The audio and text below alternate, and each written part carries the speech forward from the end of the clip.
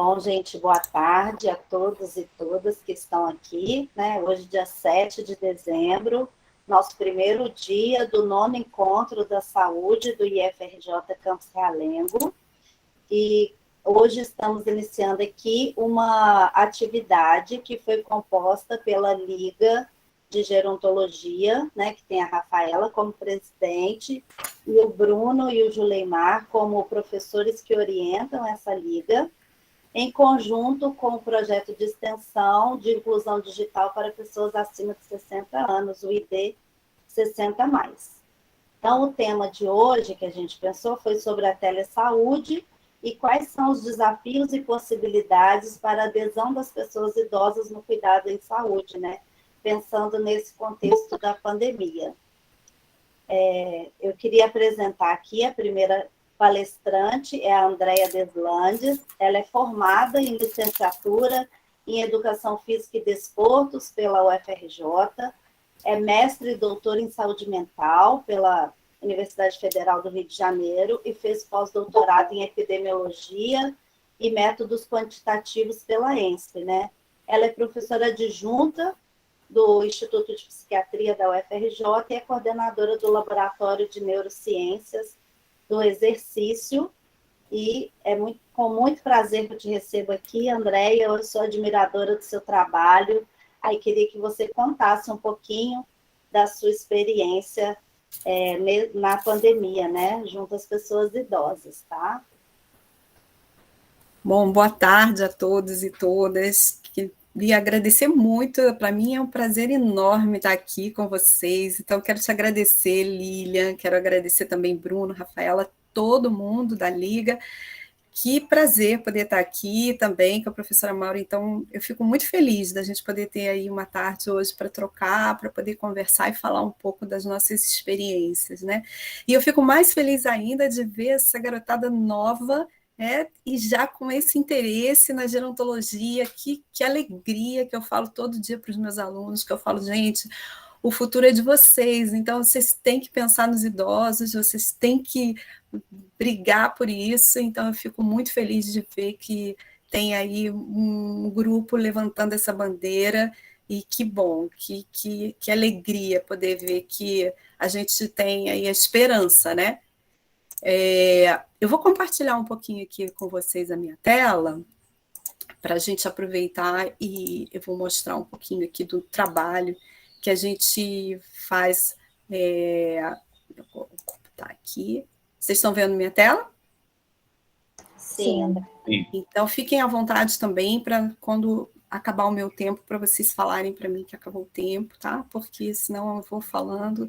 Então, a ideia é que a gente possa ter aqui um tempo também para conversar, para trocar, e para vocês também contarem um pouco mais para mim da experiência de vocês e a gente pensar nas possibilidades futuras, né? Então, agradecer mais uma vez da gente estar aqui.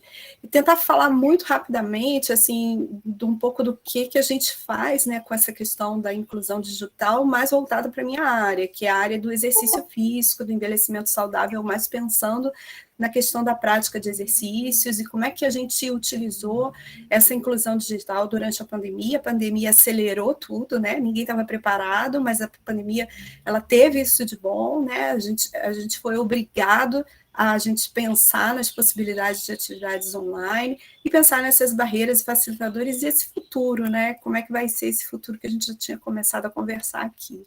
Então, acho que a primeira ideia da gente é pensar nessa década do envelhecimento saudável, que a gente precisa pensar que essa é uma década da oportunidade. Eu sempre falo que essa é uma década da oportunidade, da gente tentar aproveitar essas 4 áreas de ação da década para a gente poder pensar em cada um na sua área de conhecimento, nessas estratégias, para que a gente possa estar construindo aí essa sociedade com mais equidade, né? E melhorar, aumentar os direitos, as capacidades e a resiliência das pessoas idosas, e mudar a forma como a gente pensa, garantir, né, o cuidado, garantir que eles possam estar desenvolvendo as capacidades físicas, que a gente possa entregar o maior serviço e propiciar o atendimento também a longo prazo.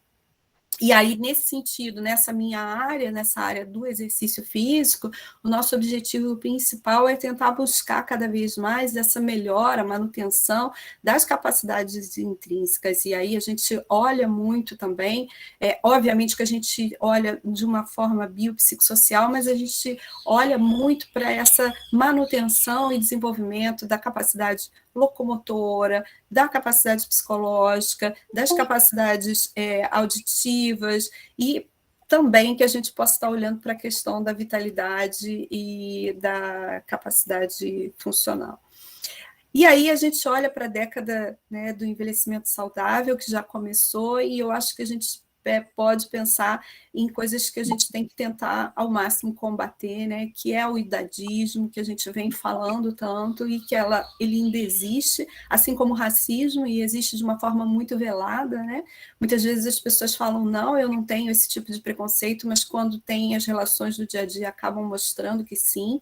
A gente acabou de fazer um estudo lá no laboratório com o Banco Elce, mostrando que os idosos negros e as idosas negras, elas têm muito mais sintomas depressivos, por outro lado, elas têm muito menos tratamento e diagnóstico. Então, tem alguma coisa errada também na forma como a gente está lidando com a saúde, não só dos idosos, mas também quando a gente pensa nessas questões de racismo, de LGBTQIA+, quer dizer, quanto que isso também fica comprometido com as pessoas com mais de 60 anos, né?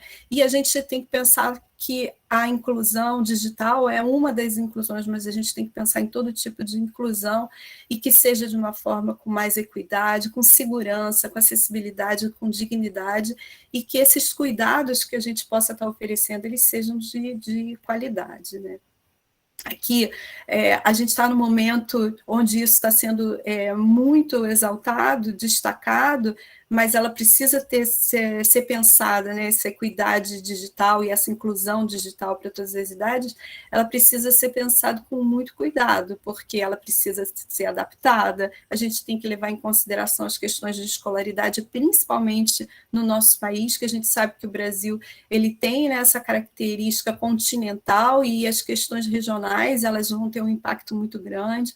Então, a gente pensar também que ela seja adequada culturalmente, né? Eu fiquei muito impressionada de pensar que eu nunca tinha parado para pensar nisso em relação aos estudantes da UFRJ, que eles, quando falam que quando vêm para o Rio de Janeiro, muitas vezes eles ninguém considera as questões culturais de outros estados, né? Então eu fiquei pensando, puxa, se a gente faz isso com o jovem, imagina com o idoso.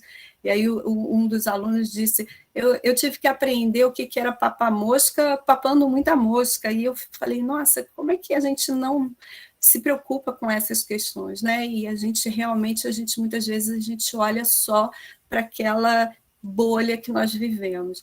E questões relacionadas às habilidades e à experiência prévia, porque os idosos muitas vezes eles não vão ter essa experiência, mas isso não significa que eles não tenham vontade e interesse em aprender. Então, muitas vezes as pessoas dizem assim, não vamos dar essa oportunidade porque eles não têm essa experiência, mas eles aprendem e aprendem rápido, e até mesmo os idosos com demência, eles tiveram essa possibilidade de aprender muito rápido tudo que a gente proporcionou para eles nesse momento em relação à questão da inclusão digital.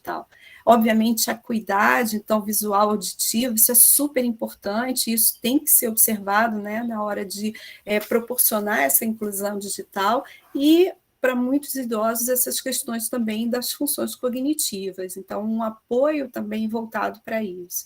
Aqui, para mostrar para vocês, está disponível lá no site da SBGG, no YouTube, canal do YouTube da SBGG Rio de Janeiro. Vocês podem assistir. Foi uma grande surpresa para a gente que no dia 2 de outubro, em comemoração ao Dia Internacional do Idoso, que é o dia 1º de outubro, a gente fez esse evento para os idosos. Então, a gente trouxe grandes especialistas, pesquisadores, professores do Brasil inteiro, inclusive o coordenador do guia de atividade física para a população brasileira, nessa parte de idosos, das recomendações para idosos, tanto para redução de comportamento sedentário, mas para aumento da atividade física, a gente trouxe o coordenador da área para poder falar com os idosos e tirar dúvidas deles e eles poderem fazer perguntas. E a gente ficou muito preocupado, que a gente falou, puxa, será que eles vão participar? Será que eles vão querer entrar? Vão entrar pelo Zoom? Vão entrar pelo YouTube? Vão fazer pergunta pelo chat? E foi maravilhoso. A gente teve mais de 200 pessoas participando no dia, de forma síncrona, e a gente já teve quase 3.000 visualizações lá. Então, foi uma manhã muito rica de experiência, de troca de experiência, e eles fizeram atividade física, eles fizeram pergunta, a gente falou sobre diferentes formas de cultura e arte, então teve música, teve cordel, foi realmente maravilhoso, e a gente nunca pensou que a gente fosse ter uma plateia tão assim participativa, com as pessoas colocando vários comentários o tempo inteiro no chat, uma coisa que eu nunca vi em outro tipo de evento. Então, foi um evento que realmente provou que se tem algum problema com a inclusão digital dos idosos, é o preconceito das pessoas que vão oferecer aquela atividade, porque realmente isso é totalmente possível. Obviamente que com a pandemia a gente teve uma série de problemas, um problema que a nossa sociedade vem desenvolvendo com tudo que a gente tem, né, da modernidade, é o aumento das doenças metabólicas, é o aumento do sedentarismo, da inatividade física, e esse é um problema também, quando a gente pensa em tecnologia, porque isso favorece, mas, por outro lado, a gente tem também como aproveitar essa tecnologia para aumentar a atividade física, e aqui eu estou falando de atividade física, obviamente, porque é o tema que eu investigo, que os meus projetos de extensão, ensino e pesquisa, eles trabalham com essa área, mas a gente podia pensar em várias outras intervenções no estilo de vida. Quando a gente fala da pandemia, é importante a gente lembrar que houve um aumento muito grande dos sintomas depressivos, ansiosos, e no caso dos transtornos de depressão, os transtornos de ansiedade, houve um aumento de quase 30% de forma global. Essa é uma meta-análise recente que foi publicada no The Lancet mostrando isso. Então, é muito importante que a gente pense na saúde mental também desses idosos, e a tecnologia pode estar contribuindo para isso. Lá no laboratório nós vimos que existe um aumento de depressão, de ansiedade, mas a gente também viu que existe um aumento de comportamento sedentário, de um modo geral, com todas as pessoas durante a pandemia, coisa que, por exemplo, em Portugal, parece que já não é bem assim, teve um aumento do nível de atividade física durante a pandemia lá, mas aqui os estudos vêm mostrando isso. E então, uma redução da prática de atividade física e um aumento do tempo sentado. E algumas características dos idosos antes da pandemia acabam contribuindo para que esse idoso ele fique mais sedentário durante a pandemia. E a gente viu que, por exemplo, o desempenho cognitivo do idoso, a força, a capacidade funcional do idoso, são algumas das características que podem contribuir para que ele fique mais sedentário ou que ele pare a atividade física durante a pandemia. Quer dizer, então, coisas que acontecem antes da pandemia são preditores para que esses idosos façam ou não a atividade física. E a gente vem falando sobre a importância do exercício físico para a saúde física e mental do idoso, e nesse estudo nós tentamos mostrar um pouco de como que seria essa realidade em diferentes países, né, com IDH completamente distintos. Então, qual era a nossa realidade aqui no Brasil, e comparando com a realidade de outros países como a Noruega e Portugal. Então, nesse trabalho, cada um mostrou um pouco de como é que se adaptou para essa mudança com a questão do isolamento social.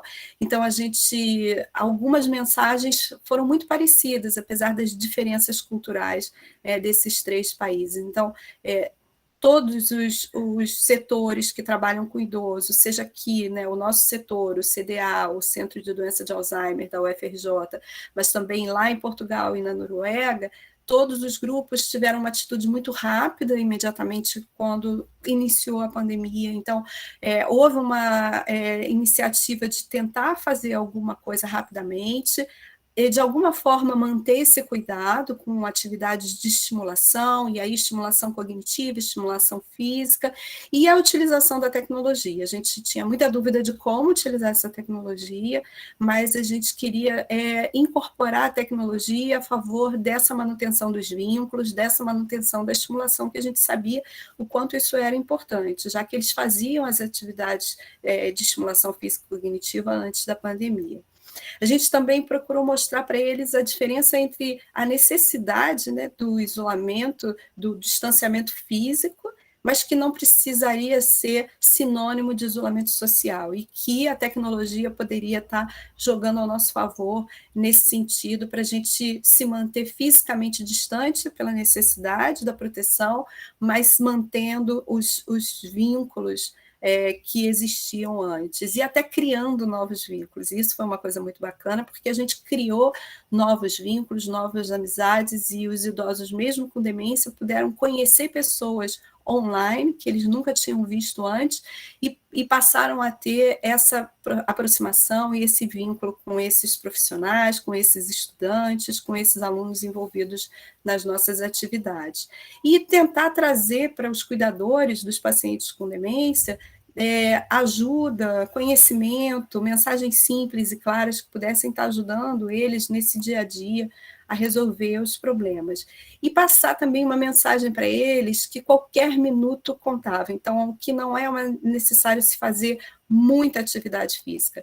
Então, lá no nosso site do laboratório, esse é o link, porque infelizmente eu não vou ter tempo, né? A gente já está aqui faltando só 6 minutos, mas se vocês entrarem no site do laboratório, www.laboratoriolanix.com, vocês vão ver vários dos produtos que foram feitos pelos alunos de graduação, de pós-graduação. Aqui é só um deles. Então, a gente desenvolveu uma série de vídeos para que eles pudessem começar a fazer atividade em casa, porque no primeiro momento a gente não tinha a possibilidade de fazer a intervenção online. Então, nós fizemos, vou passar um pouquinho aqui.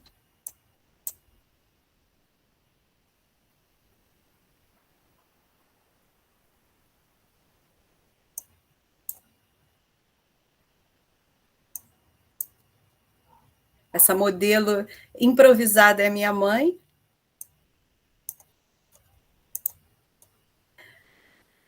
Eu vou passar aqui. Deixa eu ver se eu consigo. Aqui foi um outro tipo de atividade, atividades com dupla tarefa, enfim, todas essas atividades vocês têm acesso lá. Nós desenvolvemos manuais também, que vão dando todas as informações de passo a passo, como poder fazer atividades de dupla tarefa, que possam envolver estimulação física e cognitiva. Desenvolvemos HQs, história em quadrinho também, que pudesse estar trazendo esse conhecimento. Então, nós fizemos vários tipos de produtos tecnológicos para que a gente pudesse não só estar capacitando os profissionais de saúde, os cuidadores e familiares, mas também de atividades que pudessem ser realizadas em casa. Esse é um dos HQs que foi desenvolvido, que fala sobre prevenção de suicídio em idosos, e aí esse aluno, que é um aluno também de TCT da FAPERJ, fez essas histórias em quadrinho, que ficaram de uma forma leve, passando conhecimento e traduzindo conhecimento de artigos científicos mais recentes, de publicações que muitas vezes as pessoas não têm acesso, por serem em inglês, por serem em revistas internacionais. Então, a gente tentou passar essa informação de uma forma muito leve, muito simples. E aí a gente começou a entender, e aqui eu queria destacar isso para vocês, nesse finalzinho, né, dessa minha conversa com vocês, que isso tudo acabou não dando muito certo em relação à manutenção da atividade com os idosos, porque a gente mandava por WhatsApp, a gente mandava de todas as formas que a gente podia, e no começo foi muito interessante, eles faziam os vídeos, eles reproduziam, mas depois a gente não conseguiu ter adesão. Então, a gente entendeu que realmente a atividade precisava ser online. E aí, em abril do ano passado, a gente começou a pensar nas estratégias. A gente tentou várias formas, vários aplicativos, e o Zoom foi o que funcionou melhor. Em algumas situações, a gente teve que ir na casa do paciente para poder ajudar, para poder explicar, para ver o melhor lugar, para ver a forma de conseguir ensinar para os cuidadores e os familiares a fazerem o acesso. E aí, junto com o WhatsApp, com o grupo de WhatsApp, que toda semana a gente mandava o link para as aulas, 2 vezes por semana, eram 4 turmas, 2 turmas terça de manhã e 2 turmas quinta de manhã, e a gente então passou a fazer as atividades pelo Zoom online. Essas atividades elas eram muito mais atividades de redução de comportamento sedentário do que realmente exercício físico, porque a gente tinha que ter o controle da segurança, então exercícios que não fossem difíceis, exercícios que não fossem exaustivos, mas exercícios que desenvolvessem a capacidade intrínseca do idoso, a capacidade física, e que fossem motivantes, que fossem divertidos, que tivessem um espaço para eles poderem falar. Então, não vou ficar aqui tomando o tempo de vocês, mas só para vocês terem uma ideia, a gente fez avaliações online também, a gente está validando essas avaliações online, comparando com avaliações feitas presenciais, e a gente viu que esses idosos conseguiram manter a atividade, a força de membros inferiores, eles mantiveram a força de membros superiores, e eles mantiveram a capacidade aeróbica avaliada por esses testes da bateria Ricklin Jones. E aqui alguns depoimentos que eu trouxe para vocês desses idosos que realizaram, foram mais de 2.000 atendimentos nesses 2 anos, atividades que eles não deixaram de fazer, então não teve adesão, não teve ausência, né, dos pacientes. Quando eles tinham que sair, ou por algum motivo parar, ou fazer alguma cirurgia, alguma coisa, eles sempre estavam avisando, se eles tinham um atendimento médico, eles avisavam, então eles tinham muito compromisso assim, com a atividade, eles tinham muita responsabilidade, sempre tiveram até hoje, porque a gente continua fazendo. Então, aqui alguns desses depoimentos. Depois que eu perdi meu marido, eu me senti muito acolhida por vocês, porque a gente teve também a possibilidade de realizar luto online, porque um dos pacientes faleceu, e a esposa dele, que era cuidadora, ela permanece com a gente até hoje, fazendo atividade física online, e ela ficou muito, se sentiu acolhida, e isso foi muito importante para ela, assim, permanecer fazendo as atividades. E aí aqui eu tenho uma, superou a melhor marca, eu prefiro a aula online, porque assim eu posso participar de todas. Então, até mesmo a questão de algumas pessoas falando sobre alguns problemas com trânsito e conseguir ir até o CDA, e que isso pode, então, de uma certa forma, ter até diminuído ali as barreiras para o exercício. Ainda bem que vocês não desistiram de nós, isso é uma coisa que a gente ouvia sempre. E aqui, uma outra fala que a gente ouvia muito, né? Tem dias que eu não tenho vontade de sair da cama, mas terça e quinta eu me animo, e são os dias que eu me sinto melhor, durmo a noite toda. Então, a música sempre era um fator muito importante para eles, e eu acho que eu já estou terminando o meu tempo, né? E eles nem sentirem, às vezes, o esforço, o cansaço, porque muitas vezes era a única atividade realmente que eles tinham durante a semana. Aqui só um resultado que a gente comparou os idosos que faziam atividades online e os que não faziam, e a gente viu que os que faziam atividade online, eles tinham menos sintomas psiquiátricos, principalmente em relação ao sono. E aí a gente pensa, né, que tantas barreiras existem para se fazer exercício, mesmo quando não é online, mesmo quando você não tem mais de 60. Então, mais de 80% dos adolescentes brasileiros não são fisicamente ativos, não são suficientemente ativos, quer dizer, então isso não é um problema, né, só do idoso. Então, a gente precisa entender melhor, e eu acho que uma das coisas mais importantes, a mensagem mais importante, é que a atividade física, né, sendo um cuidado importante de saúde, para a saúde física, para a saúde mental, ela tem que ser de fácil acesso, ela tem que ser divertida e ela tem que ser segura. Acho que essa é a mensagem principal. Né? E que a gente tem que tomar muito cuidado com a tecnologia indo para o lado errado. Esse artigo acabou de ser publicado agora, mostrando que a maior parte das informações que existem nas mídias em relação ao exercício físico não são das pessoas que estudaram e que têm conhecimento sobre isso, então isso pode ser um problema, porque você acaba dando informações erradas e prejudicando a adesão. e que a universidade tem um papel muito importante nisso, né? Fazendo essa união do ensino, pesquisa, extensão e a capacitação. Eu vou finalizar aqui, só mostrando para vocês que uma das formas que a gente teve para reduzir as barreiras é trabalhando também nas questões motivacionais desses idosos. Então, tudo que a gente fazia no presencial, a gente manteve no online. Então, as datas, festa junina, Natal, Ano Novo, Carnaval. Então, todas esses momentos de datas festivas a gente trouxe para o mundo online e funcionou muito bem. E todo mundo teve assim, um momento de se divertir, de interagir, de poder se sentir ali contemplado com a atividade. E que a atividade a gente tem que tirar essa questão de que você só pode fazer um tipo de atividade. Você tem que escolher a atividade que te dá prazer, para que você consiga, né, aproveitar e ter realmente a adesão. Então, dentro dos desafios agora que a gente vê, a equipe vê, é principalmente assim, pensar em como é que vai ser esse novo normal, né? Então, a questão da dificuldade da gente fazer atividades híbridas, que ao mesmo tempo a gente vai estar com eles lá, mas a gente vai ter que estar também transmitindo para quem estiver em casa, então isso a gente ainda está, né, trabalhando, como a gente vai lidar com isso.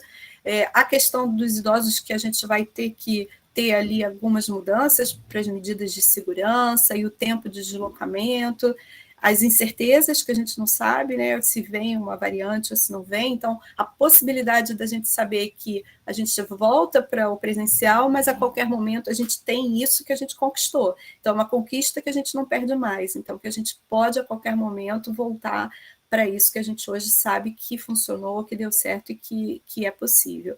E os declínios, então a gente vê que os idosos que fizeram atividade online, eles conseguiram manter a capacidade intrínseca, a capacidade funcional, mas a gente sabe que muitos que não fizeram as atividades online, eles têm hoje um declínio muito grande físico, cognitivo, e que então a gente vai precisar trabalhar isso também. E que quando a gente fala de mudança de hábito, eu deixo aqui para vocês uma sugestão, não deixem de ler esse livro, que é Entrevista Motivacional para Cuidados em Saúde, que é você respeitar e escutar, para você entender quais são as necessidades de cada pessoa e olhar para cada pessoa individualmente, com empatia, porque mudar o estilo de vida não é fácil, não é simples para ninguém, e a gente precisa olhar a biografia dessa pessoa, as motivações dessa pessoa, para que, enfim, isso possa ser bom para todo mundo e que a gente possa ter essa adesão. É isso, vou deixar aqui essa foto dos meus alunos de graduação, de pós-graduação, de extensão, de iniciação científica, de mestrado, doutorado, pós-doutorado, porque esses é que são realmente os que carregam o piano, que fazem tudo isso acontecer. E vou deixar aqui os meus endereços e fico à disposição para conversar com vocês. Andréia, muito obrigada por compartilhar aí seu trabalho, né? Expondo aí os desafios, né, para manter essas pessoas idosas em atividade, né, e cuidando da saúde. Agora eu vou chamar a professora Maureen Lopes de Carvalho. Ela é docente efetiva dos cursos de graduação em fisioterapia, terapia ocupacional e farmácia do IFRJ, é especialista em docência para educação profissional e tecnológica do IFRJ e doutora em saúde pública pela ENSP na Fiocruz. Maureen, está com você a palavra. Muito obrigada, viu? Oi, pessoal, boa tarde. Primeiro, agradecer aqui a Liga pelo convite, e é um grande prazer estar com vocês novamente. E acho que também começar agradecendo a Andréia, que exposição bacana, assim, e eu queria comentar, assim, especialmente, Andréia, porque eu gosto de conversar, então eu vim aqui também para isso. Então, eu achei incrível a sua abordagem, né, de saúde mental e saúde física, né, junto, é sensacional. Eu sou professora da disciplina de terapias integrativas, né, então a gente fala o tempo inteiro em terapias integrativas na relação mente-corpo, né, e eu falo muito com os alunos também, que a gente não pode pensar em integração mente-corpo só quando a gente pensa em terapia integrativa, porque mente e corpo está conectado sempre, né?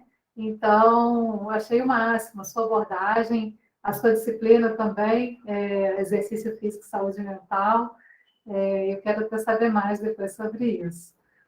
Então, eu vim para falar um pouquinho sobre as experiências dos projetos de extensão e do projeto que nasce do projeto de extensão, que é um projeto de inovação, relacionado à dança sênior para, né, lógico, o público da terceira idade. Então, eu vim falar sobre o projeto de extensão do campus e também sobre o projeto PET, Saúde e Interprofissionalidade, que também envolvia a dança sênior, né, nesse caso, nas clínicas da família, na clínica da família próxima ao IFRJ. Então, e como o professor Bruno participa junto comigo, a qualquer momento, se quiser me complementar, vai ser um prazer, Bruno. Então, em março de 2020, estávamos caminhando com os dois projetos, projeto de extensão, Dançando com o Corpo, a Mente e a Cultura, lá no IFRJ. Ele acontecia no Coliseu, né, nas quartas-feiras, final da tarde, e presencialmente, né, com uma roda de dança, que era uma delícia. Muitos de vocês que estão aqui assistindo provavelmente participaram em algum momento, viram, ouviram, participaram dos eventos também, que a gente costumava fazer oficina, e era um grande encontro, né? Paralelo ao projeto de extensão, Dançando com o Corpo, a Mente e a Cultura, seguia também o projeto PET Saúde e Interprofissionalidade, que também utilizava como recurso a dança sênior, como recurso, um dos recursos principais, e a gente tinha, então, um grupo de idosos, não, nesse caso, na clínica da família, não era o mesmo grupo fixo sempre, eram grupos que passavam por um programa conosco, de cerca de 10 encontros, dentro dos quais a gente utilizava a dança sênior, mas também outras abordagens. E aí a gente tinha docentes e estudantes dos cursos de fisioterapia, terapia ocupacional e farmácia trabalhando juntos. No IFRJ, no projeto de extensão, também a gente tinha os 3 cursos de graduação juntos e, inicialmente, a gente tinha até o curso de agente comunitário de saúde também junto. Então, desde o projeto de extensão já existia uma proposta de interprofissionalidade, portanto, de muita troca, de muita aproximação. Os 2 projetos, eles vinham sempre com essa proposta. Eis que entra a pandemia, e aí, como muitos projetos, né, nós nos adaptamos. Então, inicialmente, foi necessário que a própria equipe se adaptasse a esse novo modelo, né, de estar junto, porém afastado fisicamente, lidar com as tecnologias, né, pensar se essas tecnologias poderiam alcançar o nosso público ou não. E aí eu destaco uma situação que é assim, também eu fiquei bem atenta quando a Andréia falou, às vezes o preconceito está em nós, né? Eles são capazes, os idosos são capazes de aprender. E eu também notei isso, né? Eu notei até em mim mesma, às vezes, uma resistência, né? Tanto para eu aprender determinadas tecnologias, quanto também para eu propor, né, para o público mais idoso. E fomos assim, mas o que eu observei foi que sim, os idosos aprendem, sim, eles engajam também, só que a gente tem o problema da vulnerabilidade social. E eu, assim, posso dizer que foi talvez uma das nossas maiores barreiras, né? Além da questão talvez uma dificuldade de aproximação com as tecnologias, mas realmente a vulnerabilidade social, que impede que a pessoa tenha, né, um aparelho de celular, por exemplo, que suporte um encontro em vídeo, que impede que tenha uma internet que suporte também um encontro síncrono, né? Então, essas condições também foram uma grande barreira que a gente teve que enfrentar. E aí, nesse sentido, eu observo uma diferença entre os usuários que participavam do grupo no Instituto Federal, porque esses que iam para o nosso campus, eles normalmente eram idosos que tinham uma vida um pouco mais ativa, que tinham mais iniciativa de sair do seu território, buscar, encontrar o IFRJ, né, se relacionar por ali. Normalmente, esses idosos também participavam de outros projetos, tanto dentro do IFRJ quanto ali fora, né? Então, esse grupo, a gente conseguiu que eles fizessem uma adaptação e o encontro que era semanal conosco, presencialmente lá no IFRJ, passou a ser virtual, síncrono, toda quarta-feira, no final da tarde, mantivemos o horário, e eles atualizaram. Claro que não todos, mas grande parte desse grupo acompanhou. E já os idosos da Clínica da Família, né, que participavam do projeto PET, primeiro que esses idosos a gente não conhecia há tanto tempo, não tinha vínculo há tanto tempo, e, além disso, muitos ali eram mais vulneráveis, né? A gente conseguia alcançá-los porque a gente estava num território muito perto do domicílio deles, mas muitos ali, realmente, quando a gente tentou fazer essa atualização para um encontro síncrono, né, a gente teve mais dificuldade por causa da vulnerabilidade social também que a gente observou. Mas tem um fato muito interessante, assim, que alguns idosos que puderam, né, acompanhar durante os encontros síncronos e que tiveram mais facilidade com isso, foram justamente os idosos que já tinham participado do projeto IDAI, do IFRJ também. Então, aqueles que já tinham passado, né, por uma experiência de educação, né, tecnológica, e já tinham mais, já fluíam melhor, né, anteriormente pela tecnologia, tiveram muito mais facilidade e até puderam botar em prática, né, alguns dos conhecimentos. Isso foi bastante interessante. E surge também, né, nesse momento, né, principalmente nesse momento inicial, no qual a gente já está se atualizando em relação às tecnologias, surge a ideia do projeto de inovação, que para quem conhece dança sênior, a dança sênior é um recurso que a gente utiliza, né, de dança para idosos com coreografias pré-estabelecidas que podem ser realizadas tanto em pé, normalmente em roda, mas que pode ser realizado tanto em pé quanto sentado. Também, da mesma forma, para o modo virtual, nós usávamos sempre as coreografias sentadas que davam mais segurança. Mas a dança sênior, ela traz com ela, né, também a questão da cultura, porque traz a música, mas ela foi desenvolvida na Europa, né, na Alemanha, então ela traz também muito essa cultura eurocêntrica, né, europeia, muito voltada para a cultura europeia, as músicas, né, você se sente assim num palácio, sabe, num castelo. E então a gente já tinha, né, um certo incômodo em relação a isso, e no nosso projeto tínhamos e temos ainda, né, uma participante que é bailarina, que tem conhecimento sobre coreografias, e começamos a ter, nesse momento, discutir um pouco sobre isso e pensar, quem sabe, se a gente puder desenvolver algumas coreografias, não de dança sênior, tá? Porque dança sênior é uma marca registrada, mas de coreografias autorais, né? E que pudesse trazer também consigo a cultura, né, nossa, mais brasileira também.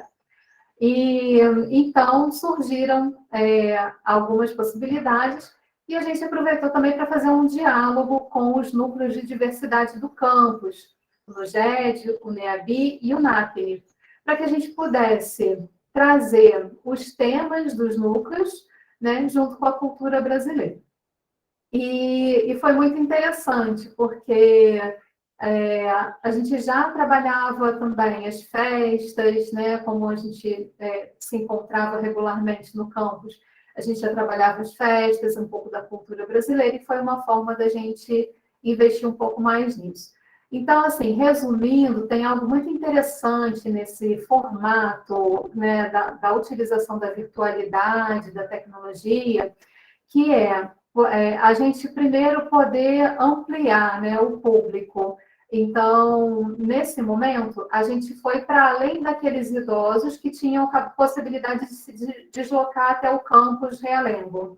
A gente conseguiu fazer uma parceria com outros projetos que também atendiam o público idoso, e então a gente pôde oferecer o que a gente oferecia para um público mais restrito para um público maior. E houve também, né, esse momento de criatividade, né, de repensar, porque toda crise leva normalmente, né, a essa oportunidade de repensar um pouco o que a gente vem fazendo como padrão, né? Então a gente conseguiu criar algo novo a partir desse momento de crise e se associar também. Então, estou falando aqui de novas possibilidades, né, de parcerias. Então, outra oportunidade que foi incrível foi a parceria com a Fiocruz, né, a Escola Politécnica da Fiocruz, com a qual a gente pôde fazer uma parceria com os centros de convivência do município, do estado, né? Não só do município, mas do estado do Rio de Janeiro. Então, a gente entrou com uma das atividades que era oferecida pelo Centro de Convivência Virtual, que surgiu, né, também durante esse período de pandemia. Foi uma iniciativa, como eu falei, lá da Escola Politécnica, com algumas participações, como da UFRJ e do Instituto Federal também. Então, no Instituto Federal, a gente pode oferecer algumas atividades, então oferecemos, entre elas, a dança sênior. Então, a mesma quarta-feira à tarde, em que os nossos participantes iam lá no IFRJ, continuou e a gente pode agregar outros participantes dos centros de convivência, de outros projetos, e com isso nós crescemos também, nós pudemos conversar com pessoas que também atendiam não só o público idoso, mas pessoas com questões de saúde mental, e que muitas vezes esses problemas se sobrepõem. Então, foi um momento de muita riqueza e aprendizado para nós, né? E, ao mesmo tempo, possibilitou que a gente expandisse a oferta do nosso produto, do nosso serviço. E aí, só que o que eu tenho para trazer também para a gente ir fechando, né? Isso foi muito interessante no começo e durante um tempo, durante alguns bons meses, rendeu muito bem, até que parece que houve uma saturação, né? Um certo cansaço desse modelo. E, além disso, talvez junto, né, com a reabertura de alguns espaços, a vacinação, possibilitando que as pessoas tenham ou tivessem mais segurança para circular, e a gente viu que houve uma curva, né? Primeiro de participação maior dos nossos encontros síncronos, depois uma curva de um pouco de até desânimo, talvez, em relação a isso, e a gente sente que o nosso público demanda, né, o encontro presencial, mais uma vez. Então, vou fechando a minha fala aqui, e até se o Bruno quiser acrescentar algo, trazer também um pouco da sua visão, Mas é isso, assim, a gente está no momento que o público está agora sedento de vontade de se reencontrar fisicamente, né? Quer complementar alguma coisa, Bruno? Tá tudo bem? Não, tá tudo bem. Tô contemplado pela fala da mão. Obrigada, Mauri, por expor aí, né, sua experiência. E agora eu queria que a Rafaela, né, apresentasse um pouco das dicas, né, também que elas, a partir de estudos, né, sobre a adesão dos idosos, né, junto aos cuidados em saúde, o que que elas trouxeram como contribuição para esse tema de hoje, para depois a gente abrir para as perguntas, tá bom? Podem colocar, gente, as perguntas aqui no chat, que aí a gente vai fazer com as palestrantes aí, com a Liga. Bom, o Vinícius, que é coordenador de comunicação, ele vai compartilhar a tela para poder mostrar o vídeo, né? A gente fez um vídeo e também preparamos um PDF para poder expor essa importância de manter os cuidados em saúde através dos recursos digitais e também algumas dicas, né? Algumas estratégias que vão favorecer a adesão a esses cuidados. E aí eu vou mandar o PDF aqui no chat, a gente também vai disponibilizar depois, e aí o vídeo também é sobre isso. Saúde por recursos de cuidados em saúde por recursos digitais, importância da manutenção e estratégias para adesão. A importância de manter os cuidados em saúde por recursos remotos durante a pandemia. O atendimento por telesaúde é um sistema onde a prestação de serviços de saúde à distância realizados com a ajuda das tecnologias, como, por exemplo, computador, celular, tablet. A telesaúde não é uma modalidade recente, mas com a pandemia da Covid-19 se potencializou como um recurso eficaz para a promoção dos cuidados de saúde, reduzindo o risco de exposição ao coronavírus, permitindo o atendimento contínuo ao paciente, garantindo a sua segurança e a segurança dos profissionais de saúde, mas também respeitando as normativas para o combate ao coronavírus. Com a telesaúde, o atendimento domiciliar remoto pode ser fornecido para garantir que os pacientes cumpram seus planos de cuidado, diminuindo assim os agravos à saúde. E, mesmo fora de um contexto pandêmico, o contato com as tecnologias da informação permanece importante por estas serem uma fonte de melhor gerenciamento da rotina de cuidados em saúde. Para manter os cuidados em saúde, é importante estar incluído digitalmente. O uso das tecnologias digitais e o acesso à internet permitem aos idosos realizar diversas atividades que fazem parte de suas rotinas, como gerenciar a saúde, fazer compras, pagar contas, se comunicar, se exercitar, participar de atividades socioculturais e manter-se informado sobre qualquer temática. Nesse cenário, destaca-se a importância da inclusão digital por ser um meio que irá favorecer a participação do idoso nos cuidados em saúde. Além disso, a inclusão digital promove a aprendizagem ao longo da vida, aumenta o senso de autoeficácia e do autocontrole do seu ambiente, bem como contribui para a sensação de competência, independência e bem-estar. Facilitadores e barreiras da telesaúde.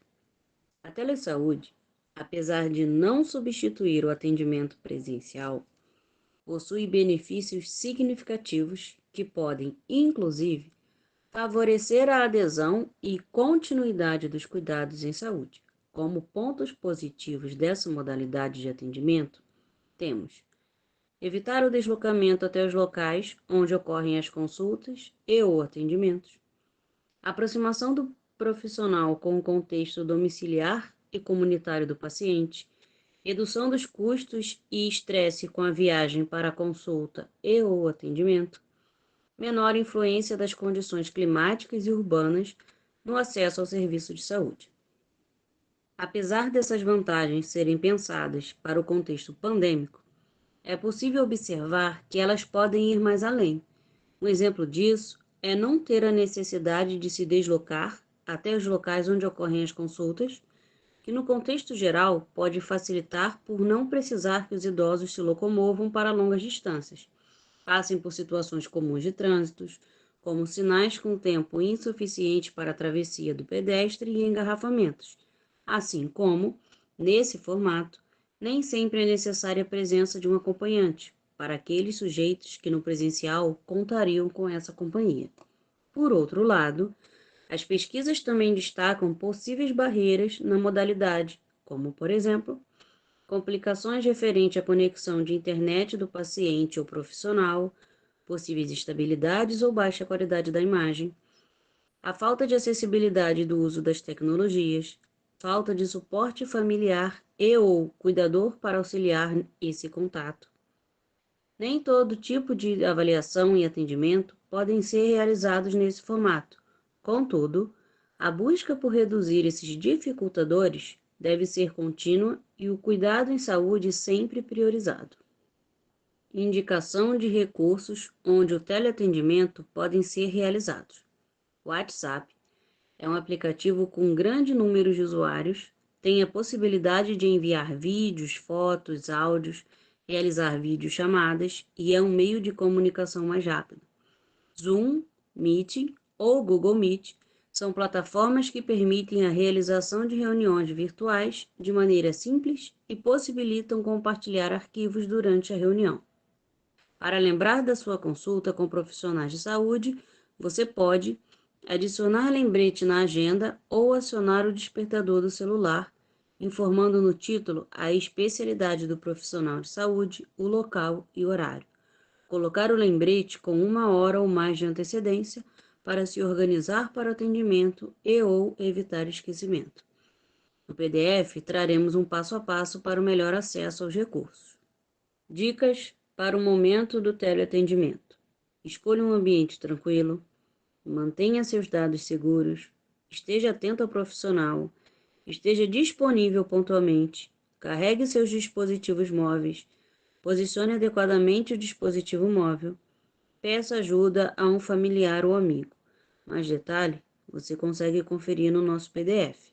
Se necessário, utilize aplicativos de lembrete para seus medicamentos. Estes são aplicativos que auxiliam no controle dos medicamentos. Com eles, você pode acionar lembretes com o nome do remédio, a dosagem e horários.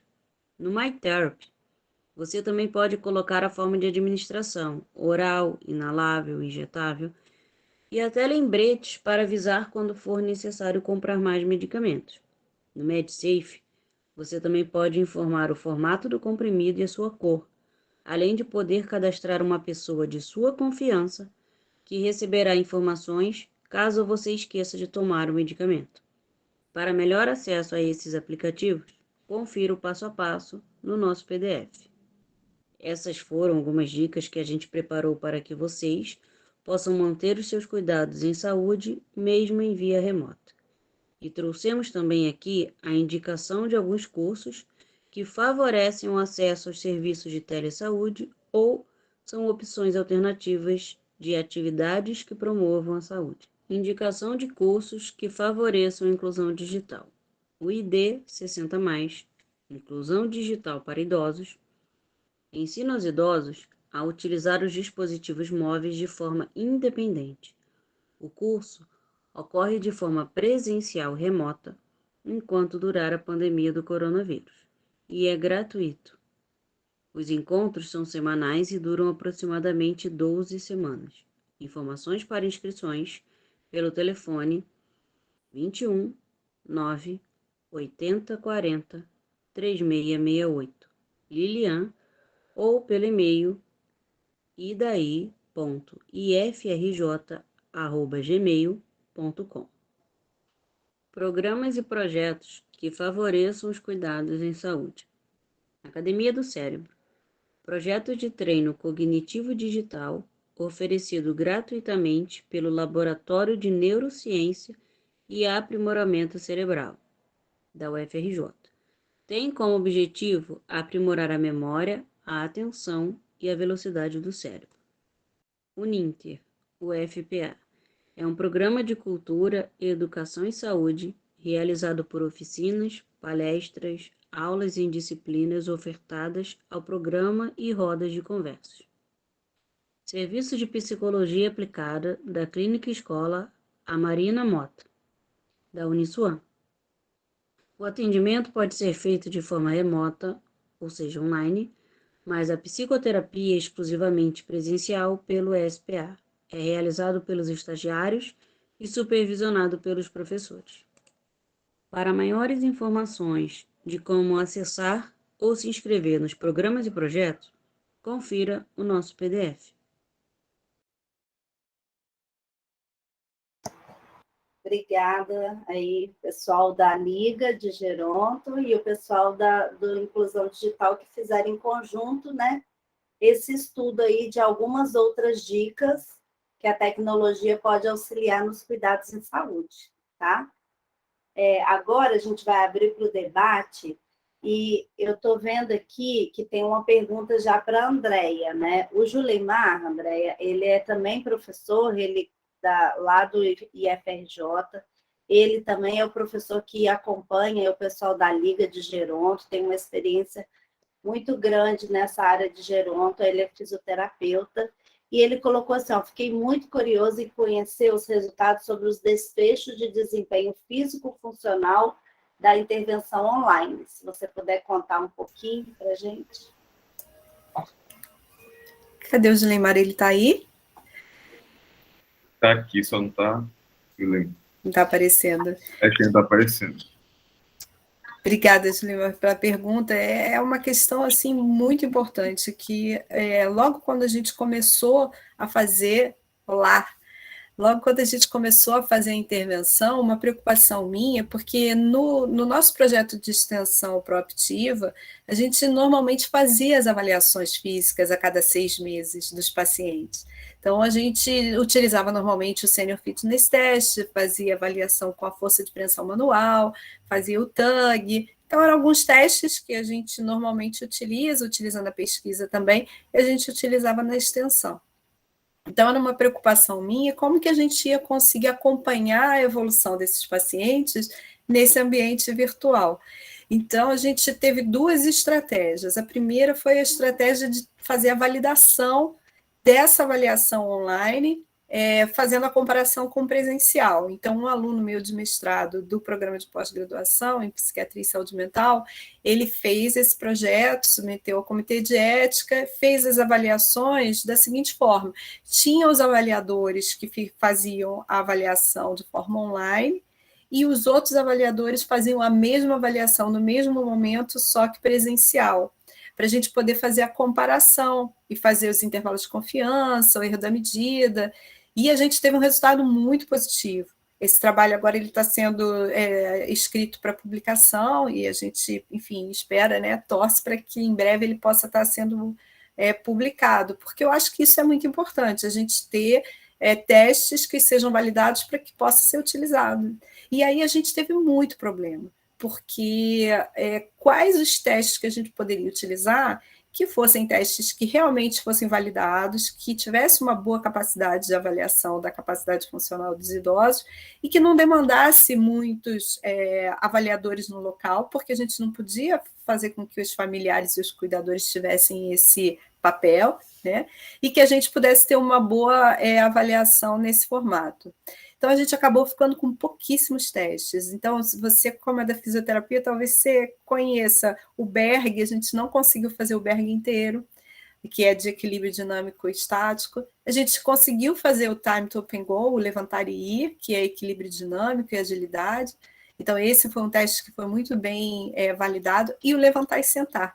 E, sinceramente, eu acho que esses são os mais importantes mesmo. Agora, por exemplo, força de preensão manual a gente não conseguiu fazer, porque aí a gente ia precisar de um dinamômetro, então esse é mais difícil. O teste do STEP, que é um teste também que ele é possível, eu acho que tem muito artefato, porque você precisa ter uma altura para os idosos conseguirem fazer elevação de joelho, e acaba que isso realmente tem uma variação grande. Mas o levantar e ir e o levantar e sentar foram 2 testes que a gente conseguiu fazer com uma boa reprodutibilidade.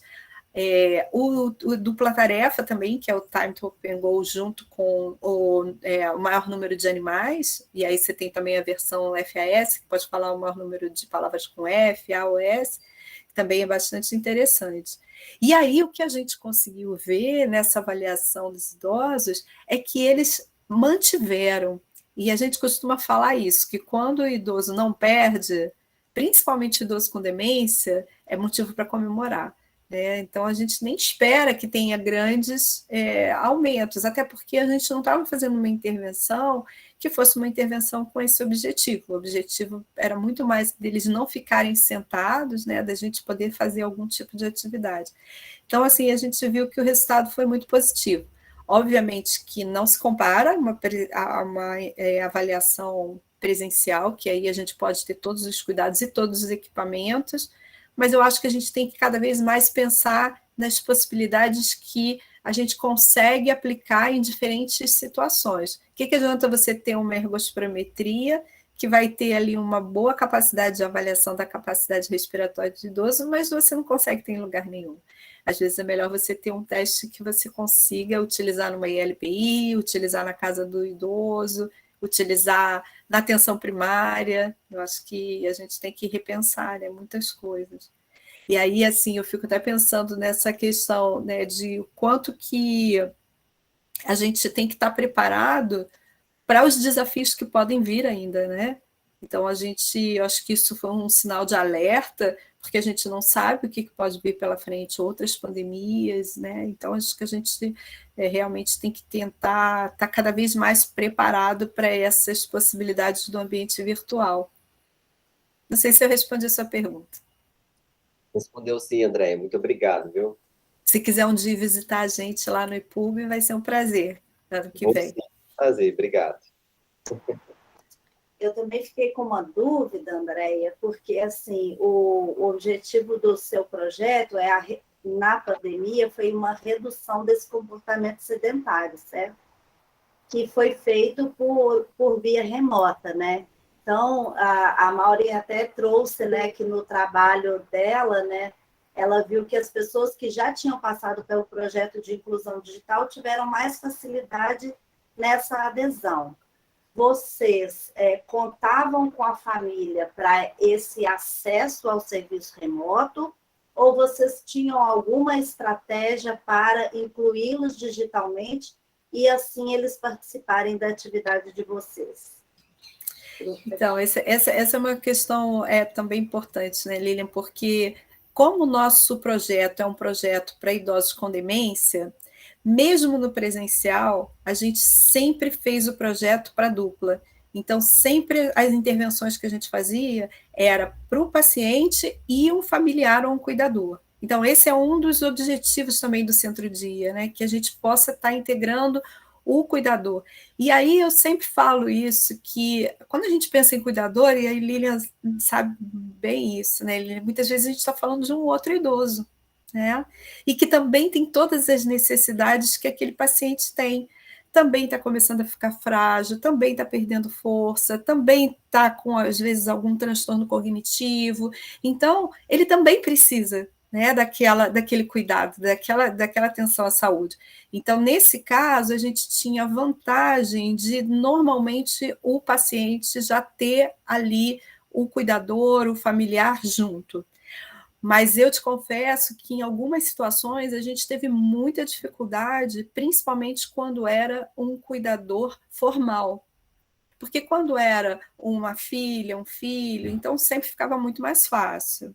E aí, muitas vezes, o que a gente acabava fazendo era ter esse suporte. Como eu falei, às vezes a gente ia até a casa do paciente para poder ajudar a fazer o primeiro acesso, a explicar como fazer, ajudar em questões de conexão. Às vezes, uma das alunas do projeto criou um vídeo com tutorial, com passo a passo, e a mandou pelo WhatsApp para eles poderem aprender a colocar o link. Agora, a surpresa maior da gente é que no final, assim, né, depois de um ano de pandemia, idosos com transtorno cognitivo leve, com demência leve. Muitas vezes a filha, alguém colocava o link e por algum motivo tinha que sair e ele não ficava com ninguém. Se acontecesse de cair a internet, ele conseguia sozinho já colocar novamente. Às vezes só com a ajuda de algum dos nossos alunos ligando e ajudando. Então, assim, para a gente, isso foi um aprendizado, né, que a Maureen falou, e é mesmo, assim, que eu coloco isso na apresentação, porque eu acho que isso é muito importante. A gente tem muito preconceito, às vezes, um preconceito velado. A gente acha que eles não vão conseguir, e muitas vezes eles surpreendem a gente de uma forma maravilhosa. Então, eu acho que essa questão é importante, a gente saber que existem ali situações que a gente precisa dar o suporte inicial. A gente, por exemplo, jamais eu poderia fazer essa atividade online sozinha. Então, a gente sempre tem 2 professores, porque um pode cair, aí tem o outro, e mais os alunos extensionistas. Então, a gente tem 4, 5. A gente usa o Zoom, que é um Zoom que ele é pago, então esse é um outro problema, porque aí pode passar de 1 hora, né? A gente tem a questão de ter sempre o mesmo link, mas mesmo assim a gente manda todo dia de aula, a gente manda o link para eles pelo WhatsApp, quer dizer, tem uma combinação de, né, possibilidades. Então, além do Zoom, a gente tem o WhatsApp dando ali aquele suporte do dia a dia e mantendo a conexão. E aí até uma outra questão que a Mauri falou que eu acho que é importante também, quer dizer, como que a gente consegue lidar 2 anos, uma coisa que seria 1 mês? Ah, vai ser 1 mês, 2 meses que a gente vai ficar online. Aí 1 mês, 2 meses, ai, que ótimo, tá maravilhoso isso aqui. Aí passa 1 ano, passa 1 ano e meio. Minha mãe, ela participou das atividades. E teve um momento que ela começou a dizer assim, eu quero voltar para a minha academia, eu quero voltar para a minha aula de dança, eu quero voltar a caminhar na rua. Então, ela começou a ter essa demanda. Agora, no caso dos pacientes, eu não sei se até por conta da falta de possibilidades, eles mantiveram todas as atividades. E eles ainda dizem assim, olha, se por um acaso tiver um dia de chuva, se por um acaso tiver um dia que aconteça alguma coisa, a gente tem a possibilidade de fazer essa atividade online. Então, eu acho maravilhoso. A gente fez uma assembleia e eles falaram sobre isso. Ah, se um dia eu tiver um problema, será que não tem como dar a oportunidade de fazer online também? Quer dizer, eu acho que a gente tem que pensar, né? O que a gente pode trazer de positivo. Mas essa exaustão que você falou, Mauro, eu acho que ela é muito presente. E a gente tem que ficar se reinventando o tempo inteiro. Então, pensando em música, pensando em atividade nova, a gente convidou, e até se eu tivesse conhecido você antes, eu ia ter te convidado também, porque a gente fez, por exemplo, dança na cadeira. Então, uma professora que ela também é colaboradora da gente, ela fez uma atividade de dança sentada na cadeira, e aí colocando as músicas, né, músicas brasileiras, músicas da década de 60, e foi maravilhoso. Roberto Carlos, é incrível. Eu acho que a gente aprendeu muito. Se eu pudesse pensar assim, no que aconteceu nesse tempo todo, foi um aprendizado, e o aprendizado sempre maior para a gente do que para eles. E assim, só para não me estender mais, eu acho que muitas vezes os alunos extensionistas, né, de diferentes áreas e aprendendo a lidar com todas essas questões, eles falam, às vezes, esse projeto ele está ajudando mais a minha saúde mental do que eu posso estar ajudando alguém aqui. Então, é uma troca muito grande, né?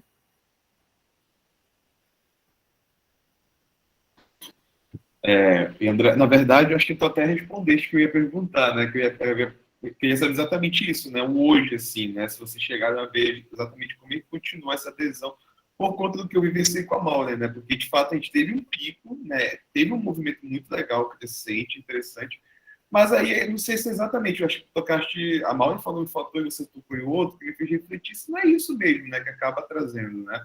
Por exemplo, um é um perfil, né, que eu entendi agora que, de fato, são pessoas com demência, né, do projeto. O nosso é idosos, né, rígidos, né, saudáveis.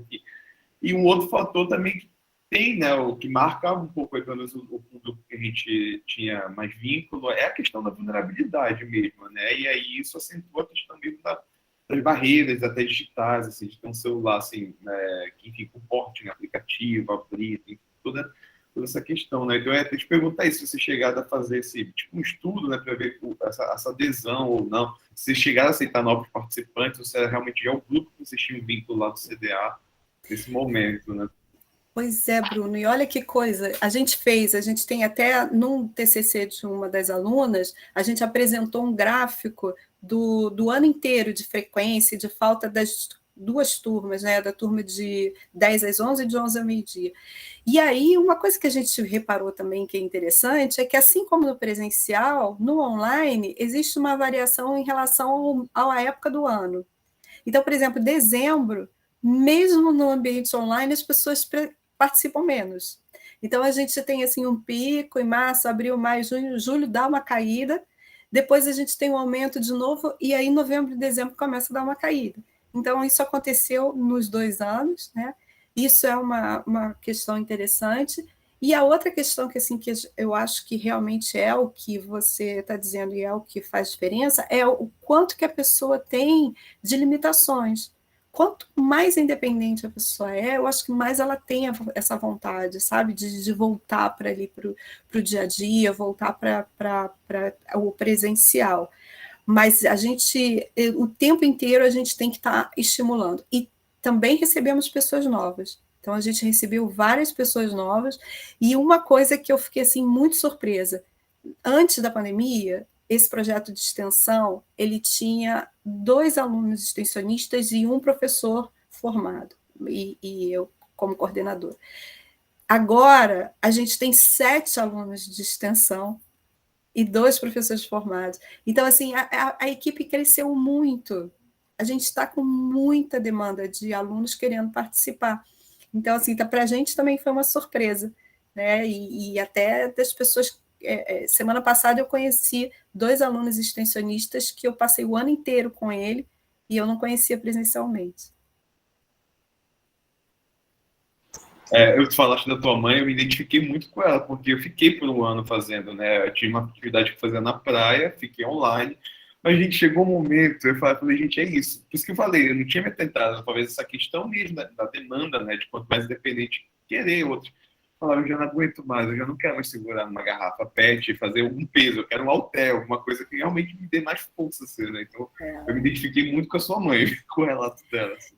E olha, e uma outra coisa que eu acho também, né, a questão da música, Mauro, eu acho que a música faz uma diferença. Eles, em todos os depoimentos, vocês viram que estava sempre ali. Quando a gente coloca a música, então eu sempre falo para eles, pessoal, toda aula tem que ter música. Então a gente faz assim, a gente faz um aquecimento, quer dizer, faz um acolhimento, que todo mundo conversa, todo mundo fala. Daí depois faz a parte principal, onde a gente trabalha as capacidades físicas, funcionais, a gente faz uma parte, né, de dupla tarefa, de tudo, mas sempre a gente tenta colocar a música. E no final tem uma parte de relaxamento, de práticas integrativas, de volta calma. E eu acho que essa questão também deles poderem fazer esses vínculos, eu jamais ia imaginar que eles iam lembrar, por exemplo, do nome dos alunos novos, extensionistas, que eles não tiveram contato. E eles têm demência. E eles lembram, então você chega na aula seguinte, eles vão falar do nome e vão falar bom dia para todos os extensionistas pelo nome, quer dizer, então eu acho que essa possibilidade de estimulação física cognitiva e essa criação dos vínculos, a gente não pode perder, seja lá o que vai acontecer. Presencial, melhor, mas se não der para ser presencial, a gente tem que insistir. Obrigada, Andréia. Eu fiquei com uma dúvida também, queria ver com a Maura. Maura, o trabalho de vocês, como o Bruno bem disse agora, é um perfil diferente, né, de idosos, diferente do que a Andréia vem acompanhando aí. Aí eu queria saber se nessa sua experiência você consegue identificar o papel da família ali para adesão a esses cuidados à saúde, ao acesso ou não, ou você participava muito só com o idoso. Queria que você contasse um pouquinho aí do suporte aí familiar como uma estratégia aí motivacional aí para adesão ao cuidado de saúde. Obrigada, Lívia. Realmente, sim, a família tem um papel importante. Muitas vezes, como eu falei, assim, que no nosso projeto, a gente acabou também abraçando idosos que inicialmente não participavam conosco. Então, esses mais ainda, esses que vieram de fora, digamos assim, né? Muitas vezes eles vieram porque um familiar soube, né, e é, aproximou o idoso do nosso projeto. Então, tanto auxiliando com o recurso tecnológico, quanto também estimulando a essa participação.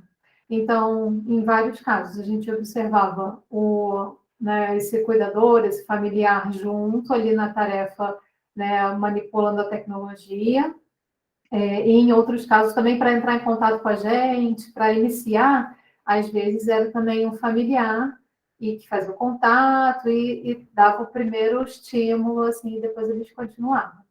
Mas tinham vários idosos também independentes nessa atividade, que já sabiam, ou tiveram, claro, assim como a Andrea falou, às vezes um pouco de dificuldade, mas com o nosso contato, um pouquinho de orientação.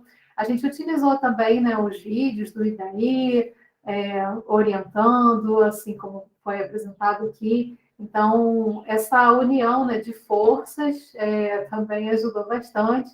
E é isso, assim, reforço. A gente observou que a maior barreira foi social mesmo, foi socioeconômica, foi, né, nesse sentido, não a idade em si. Né? Porque tanto o idoso sim aprende, o idoso gosta de aprender e tem também sempre não, mas em muitos casos há familiares que também auxiliam. Acreditando nessa capacidade aí permanente de aprendizagem ao longo da vida, né? Que a Andrea também traz, mesmo com uma condição de saúde, né, que é irreversível, eles ainda com essa capacidade de aprender, né? Isso é muito interessante. E tem uma coisa interessante também, ao mesmo tempo, né, porque assim, a gente trabalhou nesses projetos com os idosos e, ao mesmo tempo, somos docentes, né, e fomos nas atividades pedagógicas não presenciais com jovens. Então, a gente tem essas duas experiências, todos nós aqui e os jovens que estão aí, né? E aí a gente, assim, também, ao mesmo tempo, pode notar que mesmo os jovens também têm existência, né? Aí você propõe uma plataforma nova, mas professora, eu estou acostumado com aquela. Então, assim, isso é normal do ser humano. A mudança é um pouco difícil, né, no primeiro momento, mas depois a gente se adapta. E há personalidades, né? Há pessoas que gostam mais das novidades e procuram por elas, e há pessoas mais resistentes às novidades, independente de ser jovens ou idosos. É verdade. Eu acho uma coisa, se puder fazer um comentário com a Mauri, pode? Não, porque a questão do vídeo, e aí eu fico pensando, a gente no início tentou fazer, né, o vídeo para poder enviar para eles poderem fazer em casa, e a gente viu como isso dura tão pouco. Eles não conseguem se sustentar nessas atividades assíncronas. A gente fez com o maior carinho, aí a gente pensou em todas as questões, e eu reparei que o vídeo de vocês da Liga era incrível, que vocês pensam na questão, né, de como é que é essa voz, de quem é essa voz, né, a velocidade como as coisas são faladas, vocês pensaram em todos os detalhes, né? Achei incrível o vídeo de vocês. Mas a gente também, eu peguei a minha mãe para ser modelo e fazer dentro de um ambiente em casa, para tentar ficar o mais parecido possível. E eles adoraram, fizeram 1 semana, 2 semanas, 3 semanas, e depois a gente perguntava para os cuidadores, falavam, eles acharam ótimo. Aí falaram, tem que mandar mais. Aí a gente fez mais, fizemos 4, 5, e fomos fazendo. Estão todos lá no site, se vocês quiserem acessar lá, vocês vão ver todos os vídeos. Depois eles pararam. E aí a gente entendeu que se a gente quisesse realmente que aquilo funcionasse, teria que ser uma atividade online, que eles tivessem protagonismo, que eles tivessem participação, que fosse divertida, que eles pudessem estar ali vendo um propósito, que é o que sempre se fala, né? Para você ter mudança de estilo de vida em relação à saúde, você tem que ter uma conexão, um propósito, uma autonomia, senão dificilmente você consegue. Bom, gente, alguém mais quer fazer pergunta? Está aberto para perguntas. Não? Então, eu queria agradecer. Quer falar, Maureen? Não, vou só concordar com a Andréia, que assim, quando eu mencionei vídeo das instruções de como utilizar as tecnologias, né? Os vídeos do Idaí. Mas os vídeos que a gente fazia também, com as danças e tudo mais, esses eles olhavam e pensavam, ah, que bonitinho vocês dançando, mas eles não iam normalmente, né, dançar junto com o vídeo. Assim, poucos relatos a gente teve disso. A atividade mesmo acontecia no síncrono. Até o que a Andréia apresentou, né, que foi o evento da SBGG, foi tudo naquele momento, né, Andréia? Então, teve uma adesão muito grande, né, assim, inesperada, mas todo mundo ali participando. Acho que é bem diferente, né, do que a gente fala assim, chegou o vídeo, vou assistir depois, vou ver depois, e acaba passando e não se torna ali a prioridade daquele momento, né? Sendo que a gente sabe essa conexão entre a atividade, né, e a atividade igual vocês trazem, né, tanto atividade física quanto de dança, que a Maureen traz, como ela tem essa relação com a saúde, né, mas quando chega o vídeo pronto, a gente fica sempre, quando é assíncrono, a gente sempre deixa para depois, né. Então, a importância aí de ser esses momentos síncronos, né.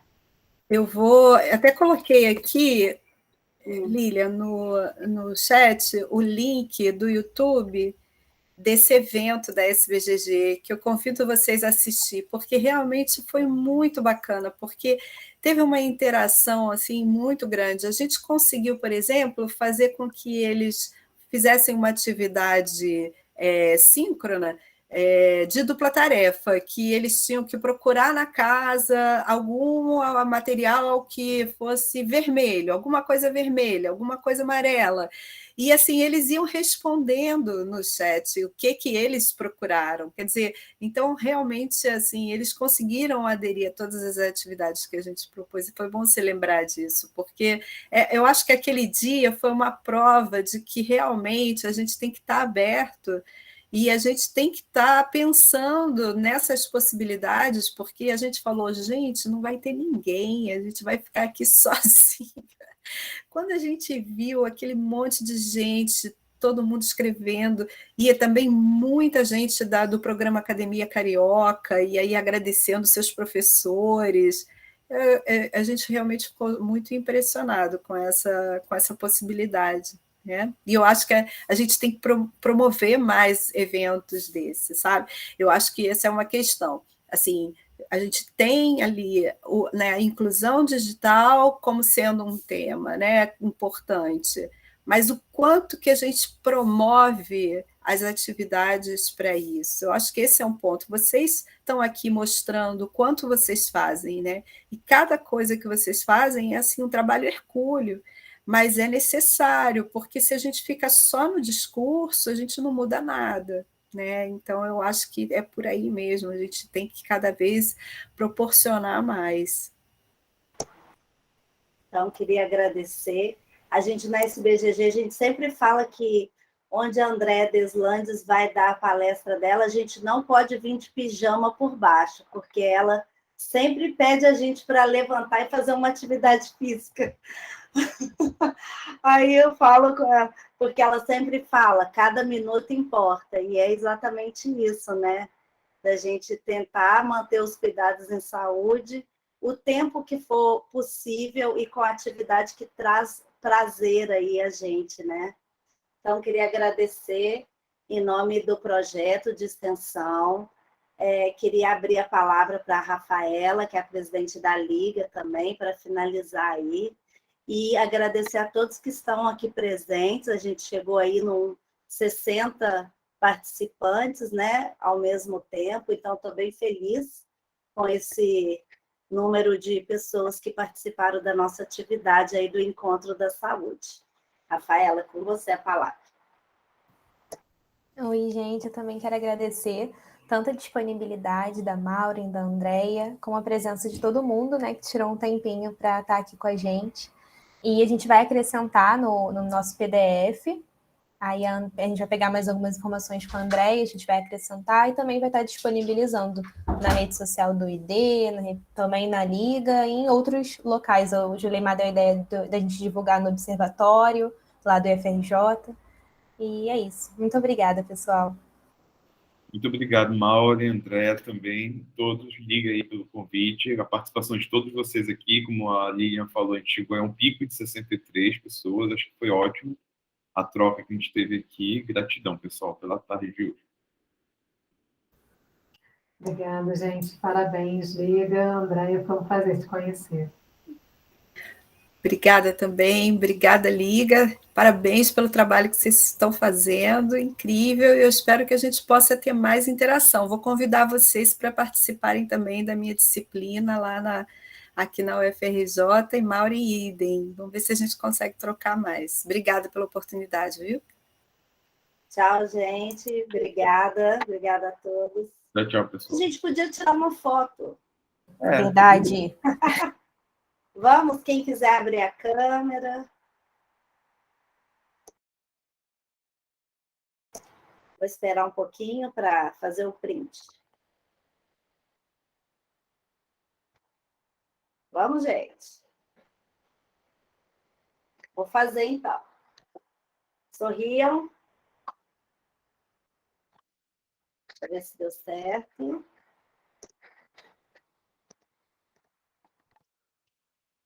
Eu sim. Gente, obrigada. Boa tarde a todos. Até tchau, pessoal. Tchau, obrigada, André. Tchau. Obrigada, Mauri.